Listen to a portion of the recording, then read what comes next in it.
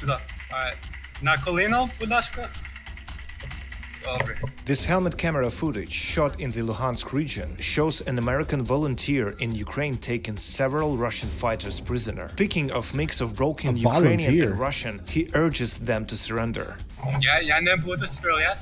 Я американець, я не дуже понімаєш російську мову. This video went viral and many were struck by unexpected politeness coming from frontline assault team.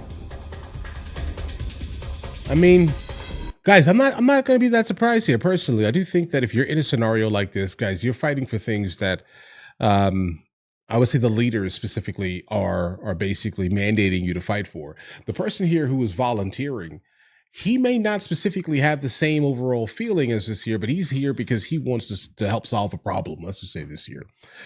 So the fact that they're like sharing cigarettes and they're like, being kind for the most part to each other, I think is fine, guys. I mean, I think this shows a different type of humanity. I definitely hope that this man specifically makes it towards, to the end of this. Frontline assault team.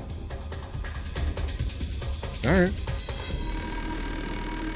Meet Bruce, the former US Marine who filmed the encounter. He now fights with Ukraine's 63rd Mechanized Brigade. I don't have the urge to shoot everything that I see anymore.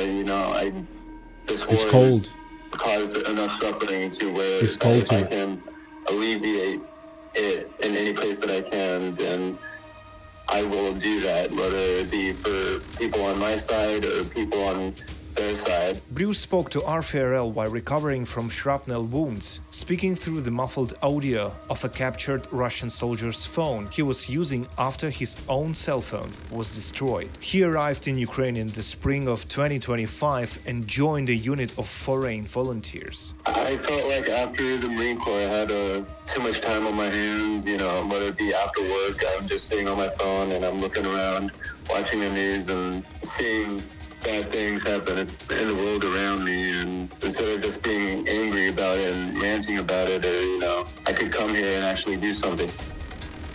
His first engagement with Russian troops was nearly his last.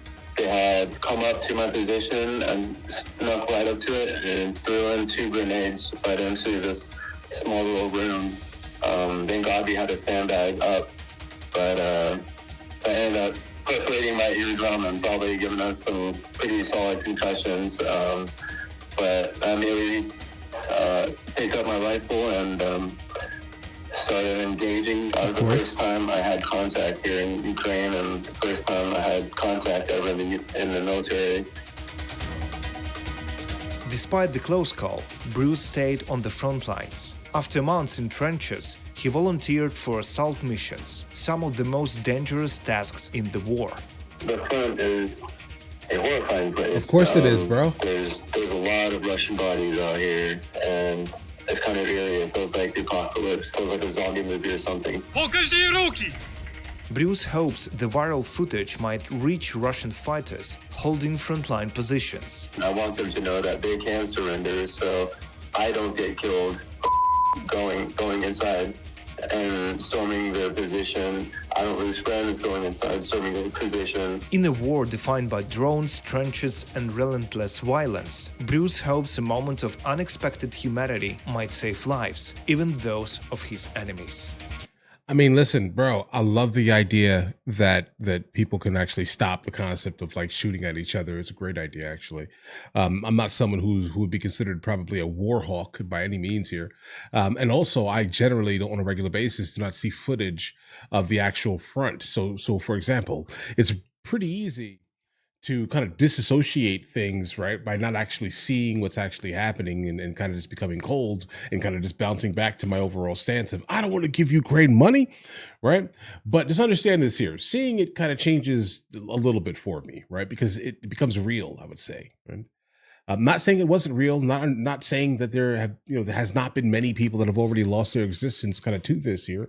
But seeing it as a different, it gives me an overall different outlook specifically on a scenario, and also knowing that the soldiers that are actually there do have the ability to actually see the humanity in their enemy, because I think that's the first thing that happens, I'd say, whenever these type of kerfuffles happen internationally, right?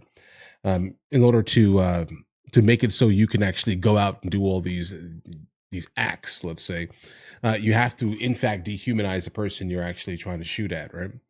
That person is less of a human than me, type of thing. So I like the fact that he went out there and he was able to kind of get the guys specifically to surrender, and no one had to lose their existence at that moment, right? I have no idea how long someone like him is going to last, right? Specifically, like in a scenario where it's excessively hellish, you're on the front lines of things and you're being shot at consistently. I have no idea how long he's going to last, but I definitely wish him a very long life, specifically for his humanity, right? Seriously. And I like this guy a lot. I think he understands the world in a way that many people may not, at least, guys. Right? Let's go ahead and get in some of these comments here. Yeah, I can imagine that if you put like some Russians and Ukrainians together at times, they will have the ability to kind of say the exact same things about what's kind of going on and kind of on both sides here, and kind of point out that things are getting a little bit crazy. I have no idea why we're doing this. I understand why the Ukrainians are doing it, because if they don't fight, then they lose their country. But if Russia stops fighting, then the Ukraine still exists. You get what I'm saying here, guys? I get why Ukraine is doing it, right? But I do understand like the geopolitics specifically of the region, so I know why Russia is also in fact doing it. But the thing is, if you sit down people that are not associated to the military on either of the sides, or they're just regular common typical citizens, right, they're going to be saying kind of the same thing at the end of the day, I'd say, personally, guys. Yep. Hold on. Yep.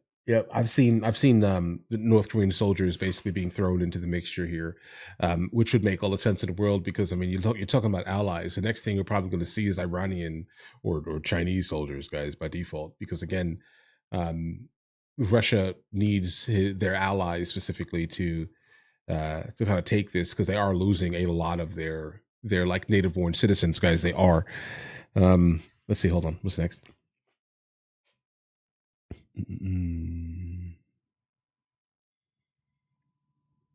Wait.